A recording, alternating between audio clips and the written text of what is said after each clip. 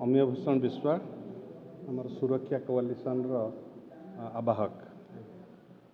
सुरक्षा मंच आज आपंकर नाटक परिवेशन सामाजिक सुरक्षा और साधारण मनुष्य जीवन रक्षा बंधक श्रमिक कौन एक्चुअली यहीटा हूँ आमर आज ये जो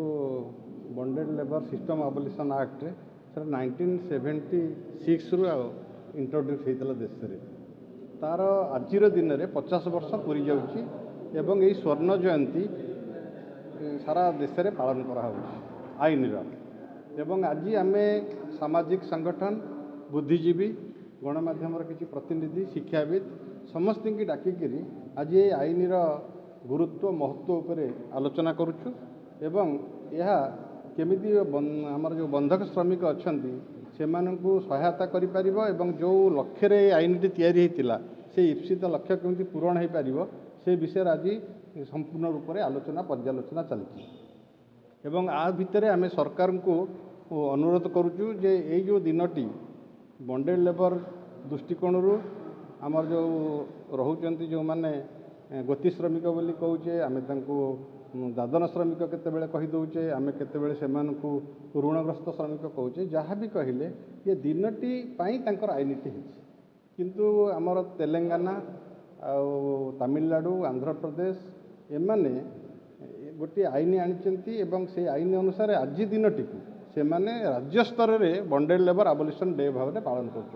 किंतु आम ओडिशा सरकार से करना आम आपण मान माध्यम सरकार को अनुरोध करूँ जेहेतु आम गोटे दादन प्रमाण राज्य एवं तथ्य अनुसार आम तृतीय स्तर अच्छे से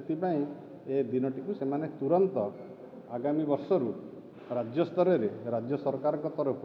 बॉन्डेड लेबर दिवस भाव पालन करंतु। द्वितीय कथा हूँ आमर दादन श्रमिकर समाधान पाई सरकार केते गुड़िए योजना नहीं स्वागत योग्य पदक्षेप नहीं एवं आम सबू सामाजिक संगठन माने तांको भी अनुरोध करुचु तुरंत गोटे एसओपी आणंतु कारण स्टैंडर्ड ऑपरेटिंग प्रोसीजर अभाव दादन श्रमिक मानक चिन्हट करवा सर्वे करवा तांको उद्धार करवा तांको थैथान करवा कार्य त्वरान्वित हो पारुना तेणु तुरंत गोटे एसओपी आनिले ये कार्यक्रम त्वरान्वित हो पार। द्वितीय सरकार गोटे एक्शन प्लान आनिया कथा आनुआल एक्शन प्लान यही वर्ष आम एतिकी अचिवमेंट करूँ जहाँकि आम राज्य अभाव अच्छी आम भी सरकार को विनम्र निवेदन करूँ तुरंत गोटे state specific action plan develop करूँ एवं से एक्शन प्लान को इम्प्लीमेंट होगापाई किसी बजेट रे व्यवस्था करूँ सबुठार मुख्य ए दिगरे हूँ जो मैंने ये आईन अनुसार डेजिग्नेटेड ऑफिशियल्स अच्छा जमी कलेक्टर सब कलेक्टर एडीएम्स तहसीलदार बीडीओ एवं आउ गोटे प्रत्येक जो सब कलेक्टर लेवल रे सबू आमर विजिलेंस कमिटी अच्छी एमानंकु तालीम प्रदान करी सेमानकर ज्ञान वृद्धि दक्षता वृद्धि करें ये आईन महत्व रहिबो उद्देश्य पूरण हम तेणु आज ये महान दिवस रे ये स्वर्ण जयंती जो सुवर्ण जयंती पालन होची आम सरकार को अनुरोध करुँ एप्रति टिके गुरुत्व दिंतु एवं यही दादन श्रमिक मुक्त ओडिशा गठन दिगरे बलिष्ठ पदक्षेप नियंतु। छोटिया तो चाष प्रवण एरिया ओडिशा 70 भाग चाषी मानकर सुरक्षा किंतु बेले बेले मनुष्य जो पावर कॉरिडोर को पड़े जाए मंत्री मानकर प्रतिश्रुति और प्रतिबद्धता भितर सामंजस्य रही केमती नहीं आम पूर्व सरकार को भी अनुरोध करूँ एवं नुआ सरकार आसला लोकंक सरकार बोली आम कहूचे किंतु लोकंक सरकार कहीपर से जदि से लोकाभिमुखी कार्यक्रम ग्रहण करेंगे एवं लोकंक पई किसी कार्यक्रम होउची से माने उपकृत होउचंती बोली अनुभव करा जीव सेतेबेले जे आम आपको लोकाभिमुखी सरकार कहीपर ताकू विचार को नेले आमको बहुत किसी करिवार अच्छी एवं सरकार को मध्य बहुत किसी करिवार अच्छी कारण नागरिक माने 24 वर्ष पर गोटे नुआ सरकार आणले बहुत आशा आकांक्षा नहीं सरकार को आनिचंती तेणु ये सरकार को ऊपर सबुबेले आह्वान रहिबो जे लोकंकर जो एक्सपेक्टेशंस ताकू केमिति से माने मीट करिवे जदि लोकंकर इच्छा पूरण करिवारे सरकार विफल हेबे ताहले मध्य ये सरकारकर स्थायित्व उपरे प्रश्नवाची सबुबेले सृष्टि हेबो। ତେଣୁ ଆମେ ଅନୁରୋଧ କରିବୁ ଯେହେତୁ ବହୁତ ଦିନ ପରେ ଗୋଟେ ନୂତନ ସରକାର ଆସିଛନ୍ତି ଏବଂ ଲୋକମାନଙ୍କ ପ୍ରତି କାର୍ଯ୍ୟ କରିବେ ବୋଲି ପ୍ରତିଶ୍ରୁତି ଦେଇକରି ଆସିଛନ୍ତି ଏବଂ ଲୋକାଭିମୁଖୀ ସରକାର ଜନ ସରକାର ବୋଲି କହୁଛନ୍ତି, ଲୋକଙ୍କ ସରକାର ବୋଲି କହୁଛନ୍ତି। ସେମାନେ ଏଇସବୁ ବିଷୟକୁ ଦେଖନ୍ତୁ, ଯାହାଫଳରେ କି ଲୋକମାନେ ଅନୁଭବ କରିବେ ଯେ ହଁ ମୋର ଶାସନ ହିଁ ଚାଲିଛି ଏବଂ ମୋର ଜଣେ ପ୍ରତିନିଧି ଦେଶରେ ରାଜ୍ୟରେ ଶାସନ କରୁଛନ୍ତି। ତେଣୁ ଆମର ତ ପୂର୍ଣ୍ଣ ବିଶ୍ୱାସ ଅଛି ଯେ ଏ ସରକାର ନିଶ୍ଚିତ ଭାବରେ ବହୁତ ଗୁଡ଼ିଏ ଜନମଙ୍ଗଳ କାର୍ଯ୍ୟ ହାତକୁ ନେବେ ଏବଂ କେବଳ ଗୋଟେ ୱେଲଫେୟାର କାମ କରିକିରି ରାଜ୍ୟର ଉନ୍ନତି ହେବ ନାହିଁ। ସେଥିପାଇଁ ଗୋଟେ ଏମ୍ପାୱାରମେଣ୍ଟ ମଡେଲରେ କାମ କରିବାକୁ ପଡ଼ିବ, ଯେମିତି ଲୋକ ସଶକ୍ତ ହେବେ। ସେ ବାରମ୍ବାର ସରକାରଙ୍କ ହାତକୁ ନିର୍ଭର କରିବେନି ପ୍ରତିଦିନ ଚଳିବା ପାଇଁ ଏବଂ ଯଦି ସେ ନିଜେ ସଶକ୍ତ ହେବେ, ନିଜେ ରୋଜଗାର କରିବେ, ନିଜେ ରୋଜଗାର ପ୍ରଦାନ କରିବାର ଶକ୍ତି ତାଙ୍କ ଭିତରେ ସୃଷ୍ଟି ହେବ, ତାହେଲେ ଏ ଗୋଟେ ଏମ୍ପାୱାର୍ଡ ଗଭର୍ଣ୍ଣମେଣ୍ଟ ତାକୁ କୁହନ୍ତି। ତାହେଲେ ସରକାର ଲୋକଙ୍କୁ ସଶକ୍ତ କରୁଛନ୍ତି ବୋଲି କହିବେ। ଆଗାମୀ ସପ୍ତାହରେ ସରକାର ବଜେଟ୍ ଉପସ୍ଥାପନ କରିବେ, ଯୋଜନା ସମସ୍ତେ ଜାଣିଛନ୍ତି, କିନ୍ତୁ 60 ଭାଗ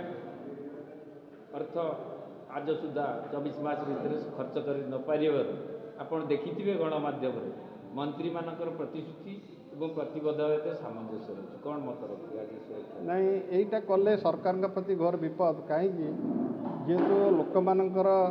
ସରକାରଙ୍କ ଉପରେ ବହୁତ ଆଶା ରହିଛି, ଆକାଂକ୍ଷା ରହିଛି, ତାକୁ ପୂରଣ କରିବା ପାଇଁ କଠୋର ପରିଶ୍ରମ କରିବାକୁ ପଡ଼ିବ ସରକାରଙ୍କୁ ଏବଂ ସେଥିପାଇଁ ସରକାରଙ୍କର ଯଦି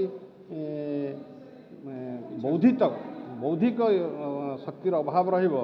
ତାହେଲେ ସେମାନେ ମଧ୍ୟ ଚାହିଁଲେ ବହୁ ସମାଜ ବିଜ୍ଞାନୀ ଅଛନ୍ତି, ବହୁ ଶିକ୍ଷିତ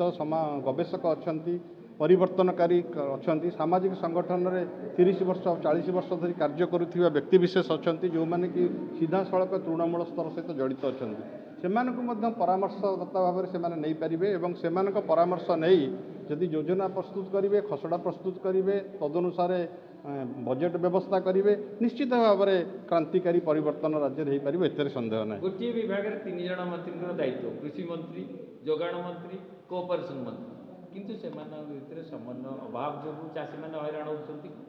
ନାଇଁ, ଆମର ବହୁତ ବିଭାଗ ଭିତରେ ସମନ୍ୱୟର ଅଭାବ ଅଛି। କାରଣ ଆଜି ଯେଉଁ ବିଷୟରେ ଆମେ ଆଲୋଚନା କରୁଛେ, ଦାଦନ ଶ୍ରମିକ କଥା ଏବଂ ବନ୍ଧକ ଶ୍ରମିକ କଥା କହୁଛେ, ବନ୍ଧକ ଶ୍ରମିକ କହିଲେ ସାଧାରଣ ଭାବରେ ଶ୍ରମିକ କହିଲେ ଶ୍ରମ ବିଭାଗ ବୁଝୁଛି ଏବଂ ଦାଦନ ଯଦି ସେ ଚିହ୍ନଟ ହେଉଛି ତାକୁ ସେ କହୁଛନ୍ତି ଯେ ପଞ୍ଚାୟତି ରାଜ ବିଭାଗ ବୁଝିବ। ଏଇଟା ଗୋଟେ ହାସ୍ୟାସ୍ପଦ କଥା। ରାଜ୍ୟ ସରକାର ଅନ୍ତତଃ ପକ୍ଷେ ଏତିକି ତ କରିପାରନ୍ତେ ଯେ ଗୋଟିଏ ବିଭାଗକୁ ସବୁ ଦାୟିତ୍ୱ ଦେଇଦେବେ, ସେ ଲେବର ଏବଂ ଦାଦନ ଲେବର ହେଉ,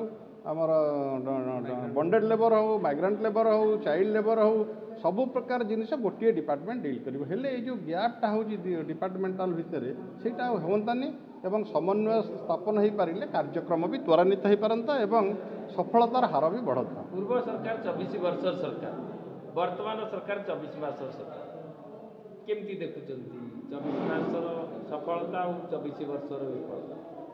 ନାଇଁ, 24 ମାସ ଅବଶ୍ୟ ଗୋଟେ ଅତି ବେଶୀ ସମୟ ବୋଲି କହିହେବନି, କିନ୍ତୁ ଯାହା ବି ହେଲେ 5 ବର୍ଷ ଭିତରେ 24 ମାସ କିଛି ଛୋଟିଆ ସମୟ ମଧ୍ୟ ନୁହେଁ। ତେଣୁ ସରକାରଙ୍କୁ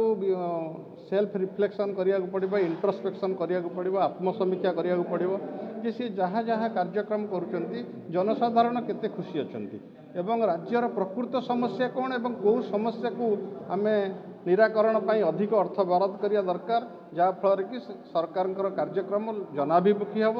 ଏବଂ ରାଜ୍ୟର ପ୍ରଗତିରେ ସେ ସହାୟତା ହେବ ଏବଂ ଆମର ଯେଉଁ ଦୂରଦୃଷ୍ଟି ରହିଛି, ଲମ୍ବା ଯୋଜନା ରହିଛି ଯେ ଓଡ଼ିଶାକୁ ଆମେ ସମୃଦ୍ଧ କରିବା ଏବଂ 2036 ସୁଦ୍ଧା ଗୋଟେ ଆତ୍ମନିର୍ଭରଶୀଳ ଓଡ଼ିଶାର ଫାଉଣ୍ଡେସନ୍ ଆମେ କରିପାରିବା, ତାହା ସମ୍ଭବ ହୋଇପାରିବ। ଆଜିର ଦିନରେ ଯୁବପିଢ଼ି କ'ଣ ଆପଣଙ୍କ ମେସେଜ ରହିବ ସୁରକ୍ଷା ମଞ୍ଚ?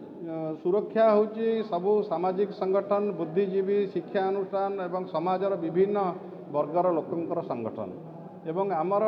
ପରିକଳ୍ପନା ଏହା କରାଯାଇଛି ଯେ 2026 ମସିହାରେ ଯଦି ଗୋଟେ ମଣିଷ ବନ୍ଧା ପଡ଼ୁଛି, ତାହା ଆମର ସମସ୍ତ ଶିକ୍ଷିତ ବୁଦ୍ଧିଜୀବୀମାନଙ୍କ ପାଇଁ ଗୋଟେ ଆହ୍ୱାନ ଏବଂ ଅପମାନଜନକ କଥା। ତେଣୁ ଆମେ ନିଶ୍ଚିତ ଭାବରେ ଆହ୍ୱାନ ଦେବୁ ଆଜିର ଯୁବପିଢ଼ି, ଶିକ୍ଷିତ ପିଢ଼ି, ସେମାନେ ମଧ୍ୟ ଏହି ବିଷୟ ଉପରେ ସଚେତନ ହୁଅନ୍ତୁ ଏବଂ ସରକାରଙ୍କ ଉପରେ ଚାପ ପ୍ରୟୋଗ କରନ୍ତୁ ଏବଂ ସରକାର କ'ଣ ଉଚିତ ପଦକ୍ଷେପ ନେବା ଉଚିତ ତାଙ୍କୁ ମଧ୍ୟ ଦିଗଦର୍ଶନ ଦିଅନ୍ତୁ ଏବଂ ଅନ୍ୟାନ୍ୟ ବୁଦ୍ଧିଜୀବୀ ଯେଉଁମାନେ ସମାଜରେ ଅଛନ୍ତି ସେମାନେ ପାଟି ଖୋଲନ୍ତୁ। କାରଣ ଗଣତନ୍ତ୍ର ସେତିକି ବେଳେ ସୁଦୃଢ଼ ହେବ ଯେତେବେଳେ ତା'ର ନାଗରିକ ତା'ର ଅଧିକାର ସାବ୍ୟସ୍ତ କରିବା ପାଇଁ ମୁହଁ ଖୋଲିବ। ତେଣୁ ଯଦି ଯୁବ ସମାଜ ସ୍ୱାର୍ଥପର ହେବେ ଏବଂ ନିଜକୁ ସୀମିତ କରିକି ରଖିବେ, ନିଜର ସ୍ୱାର୍ଥ ଭିତରେ ବାନ୍ଧିଦେବେ, ତାହେଲେ ବୃହତ୍ତର ରାଜ୍ୟର ସାମୂହିକ ଉନ୍ନତି କରିବା ସମ୍ଭବ ହେବ ନାହିଁ।